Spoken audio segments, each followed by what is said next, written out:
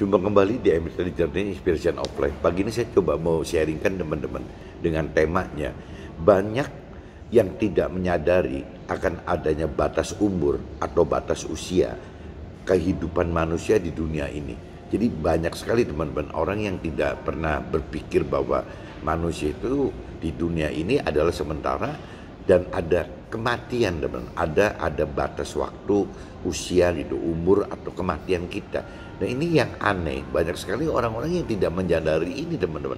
Jadi seolah-olah memperlakukan hidup itu tanpa limit gitu, tanpa ada batas berapa lama kita bisa tinggal di dunia ini. Padahal dalam firman-firman Tuhan kan sudah ada semua pernyataannya teman-teman. Nah ini coba sebelum saya masuk ke sharing ke draft saya coba bacakan dari dasar firmannya dulu teman-teman. Coba teman-teman baca di satu kitab Petrus. 1 Petrus, kitab 1 Petrus pasal 1 ayat 13 sampai 25 teman-teman. Ini saya coba bacakan. Kekudusan dan kasih persaudaraan, dan judul perikopnya itu teman-teman. Sebab itu siapkanlah akal budimu, waspadalah dan letakkanlah pengharapanmu seluruhnya atas kasih karunia yang dianugerahkan kepadamu pada waktu pernyataan si firman Tuhan itu yang disampaikan oleh Nabi Isa itu gitu. Hiduplah sebagai anak-anak yang taat, jangan turuti hawa nafsu yang menguasai kamu pada waktu kebodohanmu. Tetapi hendaklah kamu menjadi kudus di dalam seluruh hidupmu, sama seperti Tuhan Allah yang kudus, yang telah memanggil kita gitu. Sebab ada tertulis, kuduslah kamu sebab aku kudus. Kuduslah kita sebab Tuhan Allah adalah kudus. Dan jika kamu menyebutnya Tuhan Allah, yaitu Dia yang tampak memandang muka, menghakimi semua orang menurut perbuatannya, maka hendaklah kamu hidup dalam ketakutan selama kamu menumpang di dunia ini. Nah ini di ayat 17 itu kan jelas-jelas teman-teman menyatakan bahwa kita hidup di dunia ini adalah menumpang. Menumpang adalah sementara teman-teman. Nah berarti kita mesti tahu ini gitu, mesti sadar tahu bahwa kita di dunia ini, di dunia fana ini adalah ya sementara teman-teman. Nah kita mesti mikir di mana sebenarnya kita tinggal yang tetap gitu, di mana rumah yang bukan sementara kita, yaitu rumah kita ya dari sisi versi Tuhan Allah, dari firman Tuhan ya adanya di akhirat nanti, di dalam sorga atau neraka teman-teman. Nah ini yang kadang-kadang manusia tidak sadari teman. Jadi hidup itu seolah-olah semena-mena, tidak berbatas teman. Tidak ada batas-batas kapan kita meninggalkan dunia ini. Padahal firman Tuhan katakan di ayat 17 itu jelas-jelas ya kita menumpang. Ini saya sekali lagi baca teman-teman. Dan jika kamu menyebutnya Tuhan Allah, yaitu Dia yang tampak memandang muka, menghakimi semua orang menurut perbuatannya, maka hendaklah kamu hidup dalam ketakutan selama kamu menumpang di dunia ini. Ini jelas teman-teman, ayat 17 katakan kita ini di dunia ini adalah menumpang. Berarti sementara teman-teman. Berarti ada batas waktu usia kita, ada batas kematian teman-teman. Nah ini kadang-kadang nggak disadarin. Sebab kamu tahu bahwa kamu telah ditebus dari cara hidupmu yang sia-sia, yang kamu warisi dari nenek moyang kamu. Itu bukan dengan barang yang fana, bukan pula dengan perak atau emas, melainkan dengan darah yang mahal, yaitu darah Kristus yang sama seperti darah anak domba yang tidak bernoda dan tak bercacat gitu. Ia telah dipilih sebelum dunia dijadikan, tetapi karena kamu baru menyatakan dirinya pada zaman akhir, oleh Dialah kamu percaya kepada Tuhan Allah. Jadi oleh karena firman Tuhan lah kita percaya kepada Tuhan Allah yang telah membangkitkan firman Tuhannya dibangkitkan melalui Nabi Isa itu gitu dari antara orang mati, dan yang telah memuliakannya sehingga imanmu dan pengharapanmu tertuju hanya kepada Allah. Nah ini jadi kalau kita sudah bicara bagaimana dalam hati kecil kita membangkitkan, menghidupkan firman Tuhan Allah teman-teman, dengan lebih dalam mau mengenal firman Tuhan Allah, lebih mampu mengerti akan firman Allah, lebih berani melakukan firman Allah. Ya di sini nanti timbulnya teman-teman. Jadi sehingga iman kita, pengharapan kita tertuju hanya kepada Allah gitu. Setelah kita lebih dalam mengenal dan mengerti serta melakukan firman Tuhan teman. Jadi kita akan iman kita dan pengharapan kita hanya kepada Tuhan Allah saja gitu. Karena kamu telah menyucikan dirimu oleh ketaatan kepada kebenaran, sehingga kamu dapat mengamalkan kasih persaudaraan yang tulus ikhlas gitu. Hendaklah kamu bersungguh-sungguh saling mengasihi dengan segenap hatimu. Karena kamu telah dilahirkan kembali bukan dari benih yang fana, tetapi dari benih yang tidak fana oleh firman Allah itu, yang hidup dan yang kekal. Sebab semua yang hidup adalah seperti rumput, ya, dan segala kemuliaannya seperti bunga rumput. Rumput menjadi kering dan bunga gugur, tetapi firman Tuhan tetap untuk selama-lamanya. Inilah firman yang disampaikan firman Tuhan kepada kamu gitu. Nah, ini intinya begitu teman-teman. Jadi kalau kita menyimak kitab 1 Petrus pasal 1 ayat 13 sampai 25 teman-teman, di sini dinyatakan ya pada ayat 17-nya yang menyadarkan kita bahwa kita ini di dunia ini adalah menumpang aja teman-teman. Kembali lagi, mudah-mudahan ayat 17 ini bisa membuka pikiran kita gitu, bahwa pikiran dan pengertian kita gitu, bahwa ya itu tadi yang temanya gitu. Kita harus sadar bahwa hidup di dunia ini ya ada usia gitu, ada umur, ada batas umur yang kita akan meninggal dunia teman-teman. Meninggalkan dunia ini gitu. Meninggal dunia berarti mati, ya maksudnya meninggalkan dunia ini. Jadi istilah apa teman-teman, kadang-kadang kita nggak menyadari kenapa sih ada istilah meninggal dunia gitu. Ya kenapa meninggalkan dunia gitu. Nah, meninggalkan dunia terus kemana gitu. Ya berarti kan kalau sudah bicara meninggal dunia berarti ada batas waktu kita meninggalkan yang di dunia saat ini kita hidup. Nah, pertanyaannya meninggalkan kemana gitu. Nah, ini kadang-kadang orang tidak peka teman-teman. Dianggapnya bahwa mengenal meninggal dunia, tapi dalam realita hidupnya meninggal dunia itu tidak pernah diulas, tidak pernah dicari pengertiannya. Meninggal dunia itu apa gitu loh. Ya benarnya meninggal dunia ya mati teman-teman, ya kematian gitu loh. Nah, masalahnya mati itu seolah tidak ada limit gitu, tidak ada batasan. Padahal firman Tuhan katakan yang di ayat 17 ya kita menumpang. Dan kalau kita bicara nanti masuk ke lebih dalam lagi di kitab Mazmur juga ada dikatakan bahwa umur kita ini batasnya 70 sampai 80 tahun teman. Nanti coba kita cari ya. Di kitab Mazmur itu ada dinyatakan seperti itu. Nah, di kitab Perjanjian Lama yang dulu gitu dinyatakan juga ya nggak ada manusia yang lebih dari 120 tahun, itu tidak ada gitu teman. Jadi kalau kita limitnya 70 tahun di kitab Mazmur sampai 80 ditambah di kitab Perjanjian Lama waktu zamannya Nabi Musa itu 120 tahun, berarti paling umur kita itu di range-nya antara 70, 80 sampai 120 tahun teman.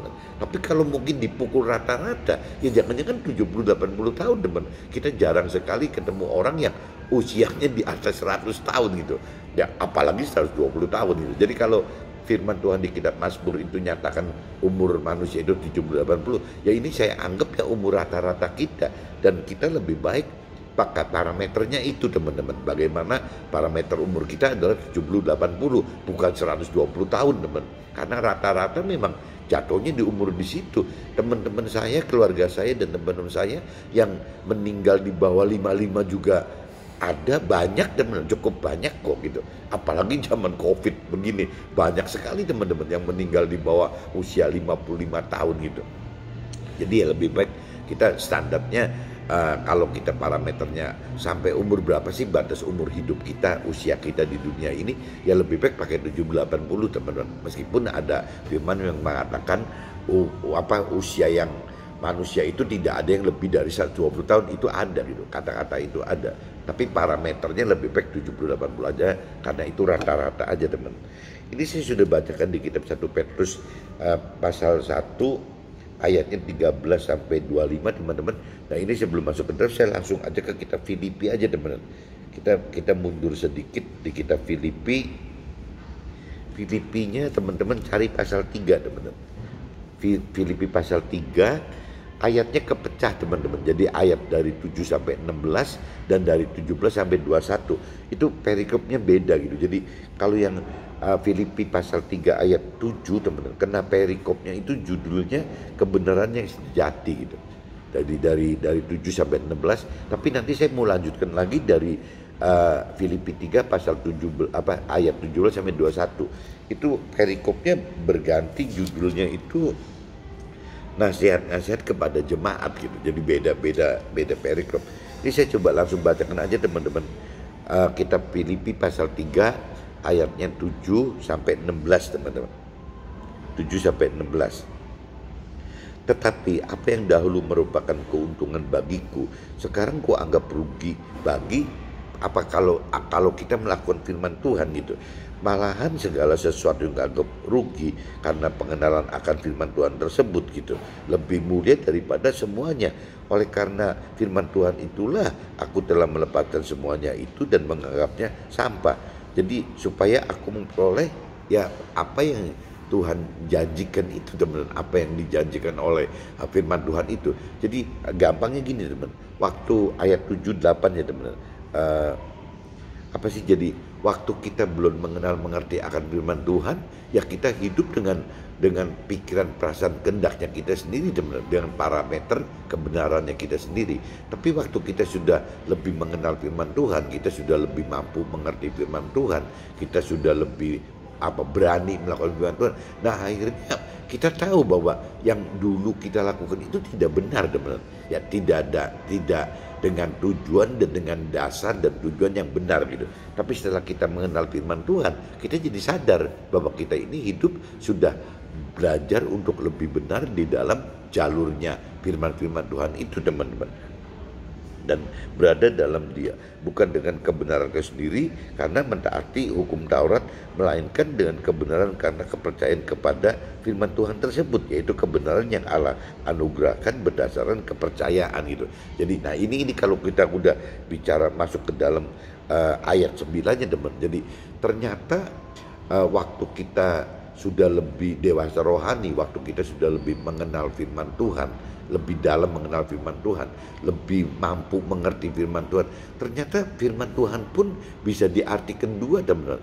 Kalau cerita firman Tuhan yang tertulis yang cuma secara hukum seperti deket-deket mirip-mirip pola-polanya kitab Taurat gitu, ya itu banyaknya firman Tuhan itu bicara dari sisi teori rohani teman, banyak bicara dari sisi teologi gitu.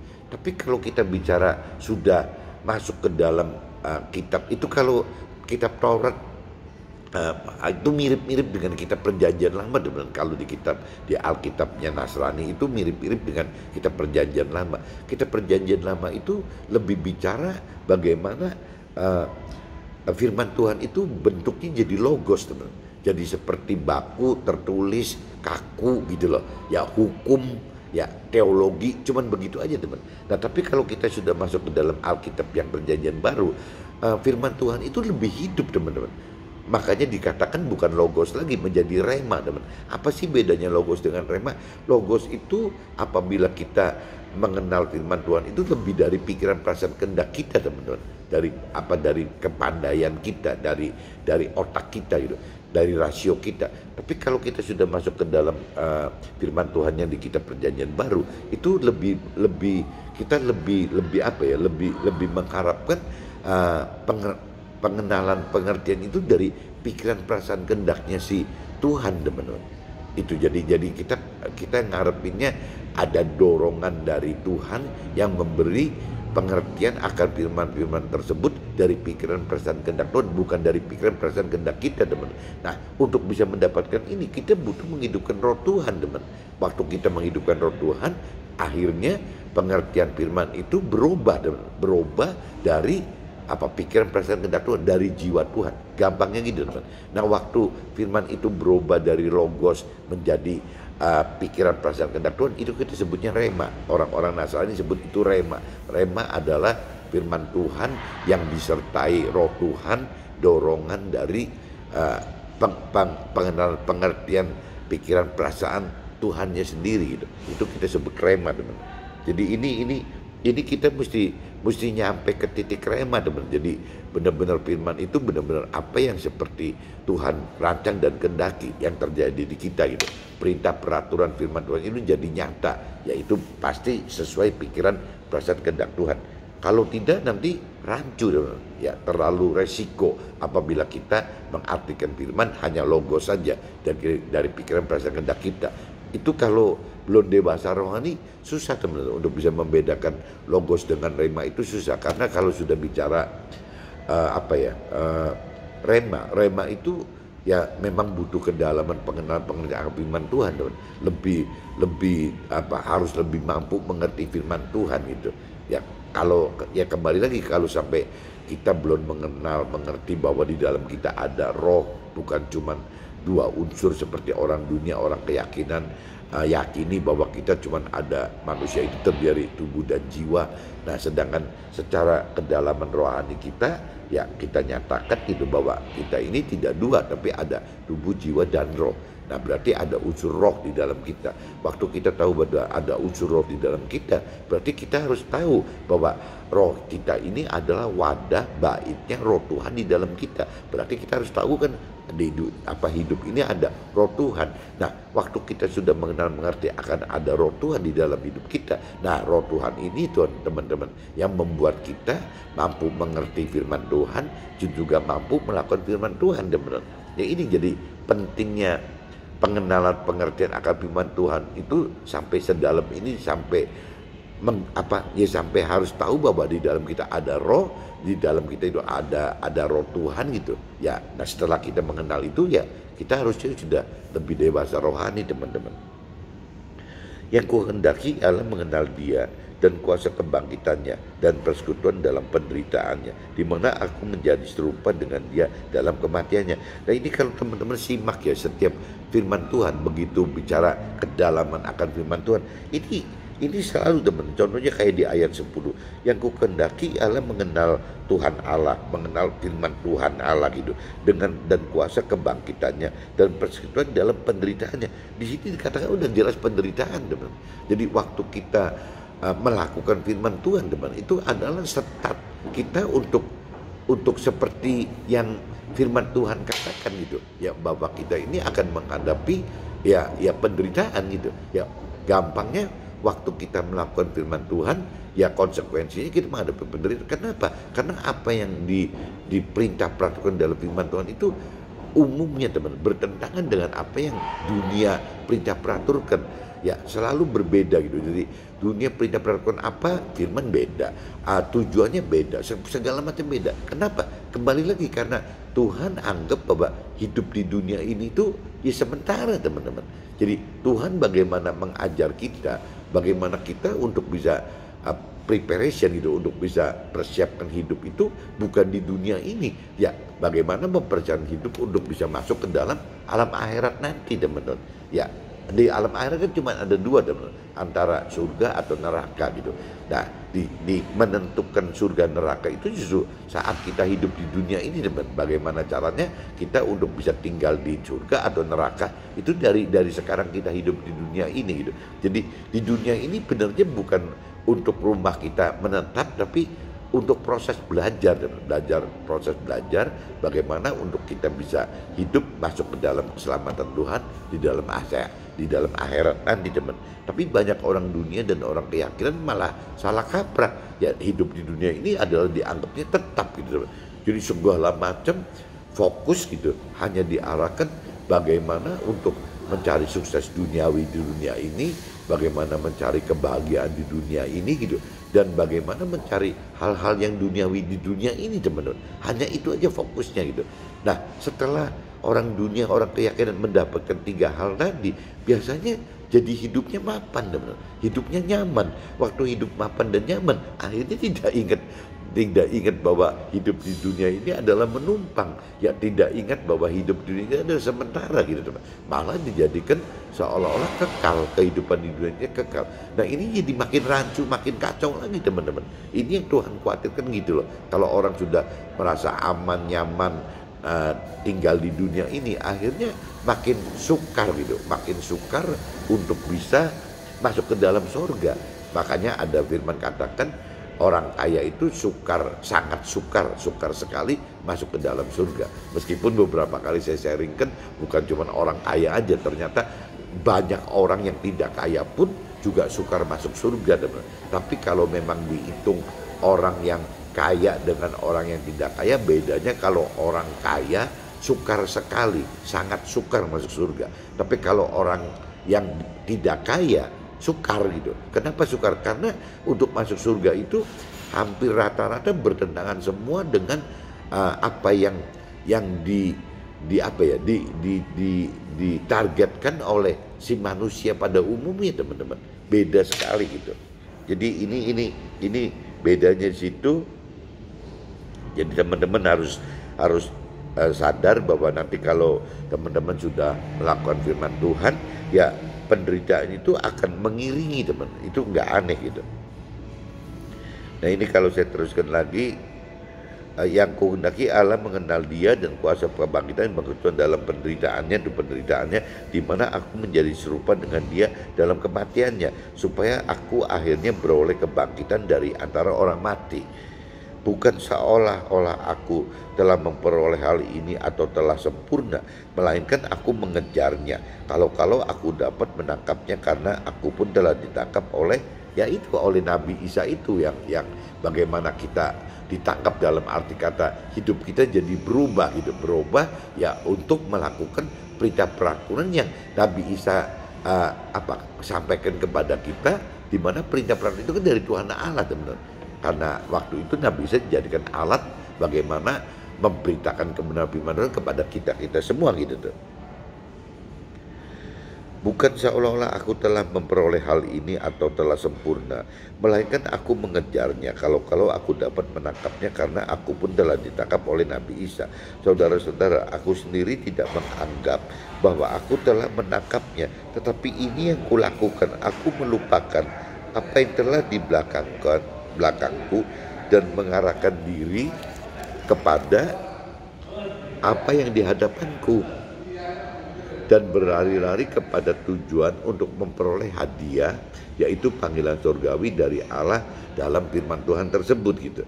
Karena itu marilah kita, jadi teman-teman mesti ingat ya, untuk bisa benar-benar kita masuk dalam rancangan kehendak Tuhan itu, kita bukan cuma diam, teman, tapi kita mesti mengejar untuk menangkapnya, teman. Ini yang diajarkan firman seperti itu, berlari-lari kepada tujuan untuk memperoleh hadiah, yaitu panggilan surgawi dari Allah dalam yaitu melakukan firman Tuhan tadi, teman-teman. Karena itu marilah kita yang sempurna berpikir demikian, dan jikalau lain pikiranmu tentang salah satu hal itu akan dinyatakan Allah juga kepadamu. Tetapi baiklah tingkat pengertian yang telah kita capai, kita lanjutkan menurut jalan yang telah kita tempuh. Nah, ini perikop yang pertama itu kebenaran yang sejati, itu maksudnya itu, teman-teman. Nah, kalau saya masuk ke dalam yang selanjutnya, yang ayat 17 sampai 21, teman-teman, ini perikopnya itu berubah, judulnya itu nasihat yang sehat kepada jemaat gitu. Nah, saudara-saudara, ikutilah teladanku dan perhatikanlah mereka yang hidup sama seperti kami yang menjadi teladanmu. Karena seperti yang telah kerap kali kukatakan kepadamu dan yang kunyatakan pula sekarang sambil menangis, banyak orang yang hidup sebagai seteru dari firman Tuhan tersebut, teman-teman. Jadi banyak orang hidup itu malah kebalikan dari apa yang diperintah peraturan oleh firman Tuhan gitu. Kesudahan mereka ialah binasa. Jadi kalau orang sampai berbalik tidak melakukan perintah peraturan firman Tuhan, ujung-ujungnya itu adalah kebinasaan, teman-teman. Tuhan mereka ialah perut mereka. Jadi kalau tidak melakukan firman Tuhan, ya ujung-ujungnya juga yang namanya Tuhan bagi orang-orang yang tidak mengerti akan firman Tuhan, tidak melakukan firman Tuhan, ujung-ujungnya ukurannya perut gitu, perutnya mereka gitu. Kemuliaan mereka ialah aib mereka. Nah, waktu yang dia mulia itu malah jadi kesalahan mereka, aibnya mereka gitu. Pikiran mereka semata-mata tertuju kepada perkara duniawi saja gitu. Nah, ini kalau kita tidak mengenal firman Tuhan, kita tidak mengerti firman Tuhan, dan kita tidak melakukan firman Tuhan, ujung-ujungnya benar-benar hanya yang dibahas Ya hanya perkara duniawi aja. Ya bagaimana mencari kesuksesan duniawi, bagaimana mencari kebahagiaan duniawi, bagaimana mengumpulkan harta benda duniawi. Ya pasti kurang lebihnya begitu teman. Karena kewargaan kita adalah di dalam surga. Dan harusnya keluarga negara kita bukan di dalam dunia ini, tapi ada di dalam surga. Dan dari situ juga kita menantikan ya Tuhan itu sebagai juru selamat kita yang akan mengubah tubuh kita yang hina ini sehingga serupa dengan tubuhnya yang mulia menurut kuasanya yang dapat menaklukkan segala sesuatu kepada dirinya. Nah ini saya sudah bacakan teman-teman di kitab 1 Petrus pasal 1 ayat 13-25, dan saya sambung lagi kitab Filipi pasal 3 ayat 7 sampai 16. Nah saya sambung lagi dengan kitab Filipi pasal 3 ayat 17 sampai 21. Mudah-mudahan dasarnya untuk masuk ke draft saya jadi cukup berdasar gitu. Nah ini saya coba langsung masuk aja ke dalam draft saya teman-teman. Firman dalam kitab 1 Petrus 1 ayat 17 teman-teman. Maka hendaklah kamu hidup dalam ketakutan selama kamu menumpang di dunia ini. Firman seperti ini jelas-jelas menyatakan bahwa kita hidup di dunia ini adalah sementara. Jadi dunia ini adalah bukan rumah kita yang tetap gitu. Rumah kita yang Tuhan sediakan adalah di akhirat yang kekal teman-teman, di mana Tuhan sudah sediakan bagi masing-masing kita sesuai amal dan ibadah kita selama kita lakukan hidup di dunia ini. Yang tadi teman-teman, jadi kalau amal dan ibadah kitanya tidak sesuai dengan perintah peraturan firman Tuhan gitu, ya pasti masuknya neraka teman-teman, ya berdosa dan masuk neraka. Tapi kalau kita melakukan hidup kita sesuai dengan perintah peraturan firman Tuhan, ya mestinya masuk ke dalam surga gitu. Meskipun kalau yang lebih dewasa rohani itu bisa dikatakan bukan melakukan firman Tuhan aja teman, tapi mengajarkan firman Tuhan. Nah waktu kita mengajarkan firman Tuhan teman, kita masuk ke surga, tapi bukan sebagai warga surga biasa, tapi ya masuk ke dalam keluarganya Tuhan, masuk ke dalam tim kerjanya Tuhan di dalam surga gitu. Nah itu yang Tuhan benar-benar mendaki teman. Tuhan ingin sekali kita nyampe ke titik itu, tidak cuma sekedar masuk sebagai warga surga, tapi masuk sebagai keluarga kerajaannya Tuhan di dalam surga gitu. Itu Tuhan hendaki begitu. Firman di kitab Mazmur 90 ayat 10 teman-teman. Masa hidup kami 70 tahun dan jika kami kuat 80 tahun. Dan kebanggaannya adalah kesukaan dan penderitaan, kesukaran dan penderitaan. Sebab berlalunya buru-buru dan kami melayang lenyap gitu. Nah ini tadi dikatakan bahwa kalau kita pengen sadar bahwa umur kita itu ada batasnya, ya di kitab Mazmur ini teman-teman. Kitab Mazmur pasal 90 ayat 10 itu jelas-jelas kitab itu menyatakan, ayat itu menyatakan masa hidup kami 70 tahun dan jika kami kuat 80 tahun. Itu batas umur kita seperti itu teman-teman. Meskipun tadi saya katakan di kitab Perjanjian Lama itu ada yang mengatakan batas umur manusia itu maksimal 120 tahun. Tidak ada sampai hari ini orang yang umurnya di atas 120 tahun itu, kata firman tidak ada teman-teman. Jadi batasnya cuma ya 120 tahun. Tapi kalau ya itu tadi saya katakan, ya mungkin kalau kita jarang sekali ketemu umur 120, jangan kan 120 tahun, di atas 100 tahun pun udah enggak banyak gitu. Ya mungkin balik lagi kalau buat parameter kita ya cukup dengan 70-80 tahun aja teman, supaya kita buru-buru sadar gitu. Jadi di firman itu katakan gitu teman-teman. Jadi bagi yang tidak menyadari ya harus sadar bahwa umur itu ada batasnya, bukan nggak ada batas gitu seperti yang orang dunia dan orang keyakinan lakukan gitu. Dari dua ayat di atas, 1 Petrus 1 ayat 17 dan juga kitab Mazmur 90 ayat 10, jika kita percaya akan keberadaan pribadi Tuhan dan percaya juga akan firman Tuhan, maka kita harus sadar bahwa kita hidup di dunia ada batas waktu kehidupan, sehingga kita harus mencari rumah yang kekal. Di dunia itu adalah rumah yang sementara. Kita harus mencari rumah yang kekal yang Tuhan telah sediakan di surga nanti. Nah ini yang kita mesti sadar, ini maksud saya seperti itu teman-teman. Nah kalau kita sambung di kitab firman kitab Filipi pasal 3 ayat 7 teman-teman. Tetapi apa yang dahulu merupakan keuntungan bagiku sekarang kok anggap rugi karena firman Tuhan yang disampaikan oleh Nabi Isa itu gitu. Kedalaman pengenalan dan kemampuan serta keberanian melakukan firman yang menyebabkan perubahan hidup kita. Nah ini teman-teman, apabila kita tidak mengalami tidak mengalami kedalaman pengenalan akan firman Tuhan, kita tidak mendapatkan kemampuan mengerti firman Tuhan, teman. Kita tidak memiliki keberanian untuk melakukan firman Tuhan. Nanti takutnya gitu, teman-teman. Yang dulu kita anggap bahwa itu benar, ya setelah kita lebih dewasa rohani kita bisa anggap salah, teman-teman. Makanya jadi makin cepat kita mengenal, mengerti dan melakukan firman Tuhan, menurut saya itu yang terbaik, teman-teman. Daripada semakin ditunda-tunda, pengenalannya ditunda, pengertiannya ditunda, keberanian melakukannya ditunda, ujung-ujungnya terlalu banyak, teman-teman, nanti penyimpangan yang kesalahan yang kita lakukan gitu ya, jauh dari kebenaran yang Tuhan rancang dan kehendaki. Tapi kalau semakin kita cepat mengenal firman Tuhan, mau mengenal firman Tuhan, mampu mengerti firman Tuhan dan berani melakukan firman Tuhan, kan penyimpangan kesalahannya jadi makin mengecil, teman-teman. Ya kalau kita bisa dari usia muda gitu ya, kalau bisa benar-benar usia fisik kita muda tapi pengenalan kebenaran firman Tuhannya sudah dewasa, itu kan yang terbaik, teman-teman. Tapi yang justru sekarang itu yang konyol itu kan banyak sekali yang usia fisiknya sudah 55 tahun ya. Kalau 55 tahun itu kan, kalau kita targetnya umur kita, tadi kita Mazmur 90 ayat 10 katakan umurnya 70 80, apabila kita usia pensiun itu 55, teman, berarti mencapai 70 tahun itu kan sisa 15 tahun, teman-teman. Ya, kita sampai umur 80 tahun itu 25 tahun, teman-teman. Itu usia fisiknya kita boleh sekarang 55, tapi jangan-jangan kita itu masih benar-benar kayak balita rohani loh, teman-teman. Ya cuman secara fisik aja gitu kita udah umur 55.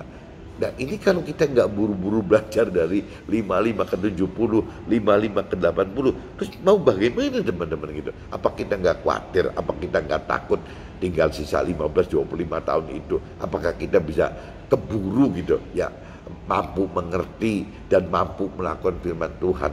Ya ini makanya balik lagi ya, kalau yang udah ke palang umur 55 ke atas ya sudahlah, daripada tidak berubah kan makin bahaya. Tapi kalau kita bicara kita sebagai orang tua yang sudah lebih mengenal, mengerti firman, ya kita mesti sampaikan kepada keluarga dan teman-teman kita ya bahwa yang terbaik itu dari secara fisik muda gitu ya, kita harus lebih dewasa rohani, lebih mengenal kedewasaan rohani daripada kebalik, teman-teman. Setelah fisiknya dewasa tapi rohaninya masih balita gitu, terlalu riskan, teman-teman, hidup dalam kondisi begitu. Nanti takutnya yang tadi banyak salah jalan, teman-teman, karena kita kalau tidak hidup dengan mengenal firman Tuhan, tidak mengerti firman Tuhan, apa yang tadinya kita anggap benar itu bisa salah, teman-teman. Ini yang terlalu resiko, maksud saya seperti ini, teman. Jadi makin cepat kita mengenal, mengerti akan firman Tuhan, ya kita makin terhindar dari kemungkinan salah-salah dalam melakukan kehidupan aja, teman-teman. Seperti itu, teman-teman. Nah, kalau kita sambung lagi dengan firman di kitab Filipi pasal 3 ayat 18, teman-teman. Banyak orang yang hidup sebagai seteru firman Tuhan itu. Banyak orang yang hidup yang berlawanan dengan firman Tuhan karena parameternya duniawi, teman-teman. Ya parameternya itu memang kalau orang dunia dan orang keyakinan, maksudnya orang keyakinan itu orang yang beragama tapi tidak rohani, maksudnya tidak mengenal Tuhan dengan benar, tidak mengenal firman Tuhan dengan benar gitu. Itu orang keyakinan, tidak beda dengan orang dunia, teman-teman.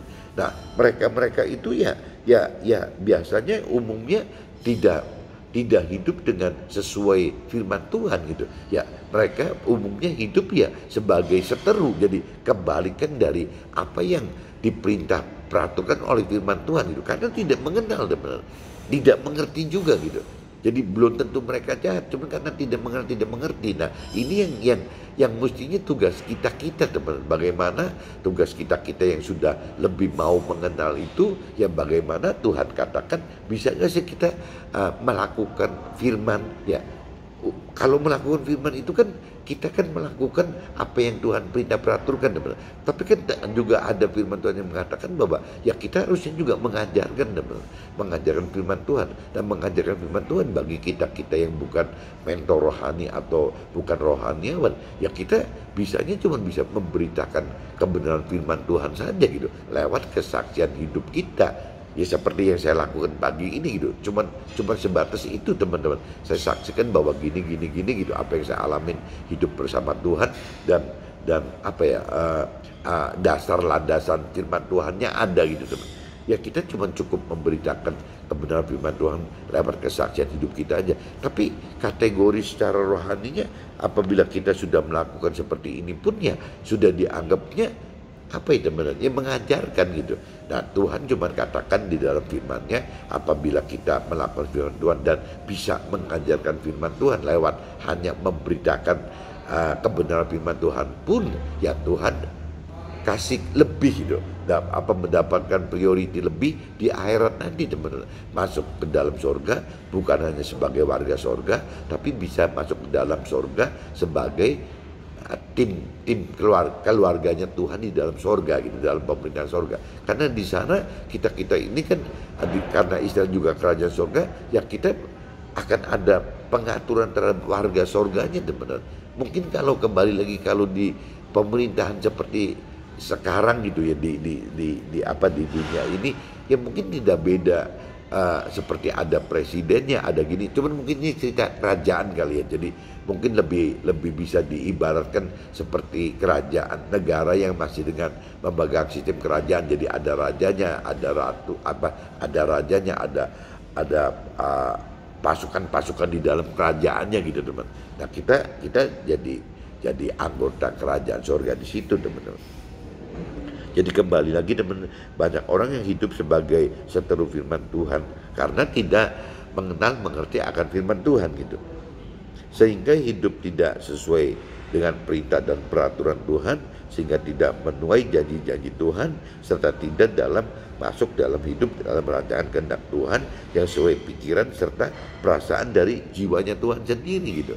Jadi ya itu balik lagi, teman, kalau kita tidak apa ya, kalau kita cuma sekedar mengenal firman Tuhan tanpa menghidupkan roh Tuhan di dalam kita, juga yang dikhawatirkan gitu, teman-teman. Jadi kita hidup sesuai kitanya beranggapan kita melakukan firman Tuhan tapi tidak sesuai dengan pikiran perasaan kehendak Tuhan gitu. Yang dikhawatirkan ini, teman. Kalau kita tidak menghidupkan roh Tuhan, kita hanya melakukan firman Tuhan dari pikiran perasaan kehendak kita saja gitu. Nah ini yang jadi tidak maksimal, teman, tidak bisa sempurna yang seperti Tuhan kehendaki gitu. Kalau cuma logos aja, jangan-jangan yang kita dapat itu cuma bicara kita jadi orang baik gitu, jadi orang yang hidup benar-benar taat melakukan firman Tuhan sesuai yaitu pikiran perasaan kehendak sendiri, karena roh Tuhan tidak dihidupkan gitu. Tapi kalau kita bicara kita bisa melakukan firman Tuhan itu dengan sesuai pikiran perasaan kehendak Tuhan, yaitu sempurna, teman. Itu yang Tuhan inginkan seperti itu gitu. Nah, kalau kita lihat di firman kitab Filipi pasal 3 ayat 19, teman-teman. Ya, di sini dikatakan kesudahan mereka, maksudnya orang-orang yang tidak mengerti firman, orang yang tidak sadar akan dunia ini adalah fana, ya, sehingga kita mesti ada persiapan gitu, apa yang kita lakukan dalam hidup kita di dunia ini, yaitu ujung-ujungnya firman Tuhan di Filipi pasal 3 ayat 9 katakan bahwa kesudahan mereka itu adalah kebinasaan gitu. Ya, ujung-ujungnya orang yang tidak mengerti akan kebenaran firman Tuhan akan berujung dengan kebinasaan, teman-teman. Tuhan mereka, bahkan firman Tuhan katakan, ya Tuhan mereka adalah perut mereka. Jadi ukuran dia hidup benar tidak benar itu bukan diukur dari apa yang mereka lakukan sesuai firman atau tidak, tapi ukurannya itu ya perut mereka, ya itu perut mereka itu dalam arti kata, kalau cerita zaman dulu kan mungkin nggak seribet zaman sekarang, teman. Jadi ukurannya perut mereka itu adalah makan, minum, dan pakaian aja, teman. Paling ujungnya gitu. Perut mereka itu diidentikan kebutuhan duniawi itu tidak jauh-jauh teman-teman dari makan, minum dan pakaian. Tapi makin berkembangnya dunia sekarang jadi berubah teman-teman. Ya, bukan cuma sekedar makan, minum dan pakaian, tapi mungkin lebih diterjemahkan lebih umumnya, ya manusia itu bukan butuh cuma makan, minum dan pakaian, tapi butuh harta gitu, butuh tahta, butuh pemenuhan hal duniawi. Jadi lebih luas lagi teman-teman. Syaratnya itu makin banyak gitu. Nah, kalau kita lebih umumkan lagi, ya manusia itu yang disebut perut mereka itu adalah kesusahan duniawi teman-teman. Kesusahan duniawi, kebahagiaan duniawi, pemenuhan nafsu-nafsu duniawi gitu. Jadi lebih luas lagi, yang padahal zaman dulu gitu ya cuman butuhnya cuma makan minum dan pakaian, karena memang tidak butuh tuntutan apa-apa. Tapi kalau zaman sekarang udah modern kan, jadi makin banyak teman-teman. Nah, yang dikatakan Tuhan mereka adalah perut mereka itu maksudnya seperti itu teman-teman. Jadi yang penting kalau target sukses duniawinya bisa berhasil, yang penting apabila kebahagiaan duniawinya bisa berhasil, yang penting apabila kebutuhan nafsu-nafsu dunianya berhasil, ya berarti sudah cukup gitu. Nah, ini yang disebut adalah Tuhan mereka adalah perut mereka. Ya, jadi bukannya mengikuti apa yang Tuhan rancang dan Tuhan kendaki, tapi basicnya cuma ukurannya ya sesuai dengan apa yang si manusia itu rancang dan kendaki teman-teman. Yang cukup dengan yaitu balik lagi target-target sukses duniawi, kebahagiaan duniawi dan pemenuhan nafsu-nafsu duniawi saja teman-teman. Maksudnya perut mereka seperti itu teman-teman. Nah, ini masih ada sambungannya. Kemuliaan mereka adalah aib mereka. Nah, waktu mereka beranggap bahwa dia sukses secara duniawinya, dia bahagia secara duniawinya, segala macam kebutuhan sesuai nafsu duniawi terbeli semua. Nah, itu kemuliaan mereka itu teman maksudnya. Nah, itu kan kalau dari sisi firman Tuhan malah menjadi aib teman. Bukan kemuliaan tapi jadi aib gitu. Dari kacamata Tuhan itu adalah aib. Tapi bagi orang-orang dunia, orang yang punya keyakinan, itu bukan aib gitu, itu kemuliaan. Justru orang sukses itu harus seperti itu loh. Bahkan banyak sekali orang-orang tua yang bisa menasihati anaknya, ya hal-hal duniawi tadi teman-teman. Lah itu kan sama aja orang tua menjerumuskan anak-anaknya gitu. Nah, sebenarnya kalau orang yang sudah lebih mengerti firman Tuhan, tugas kita itu kan ada teman-teman.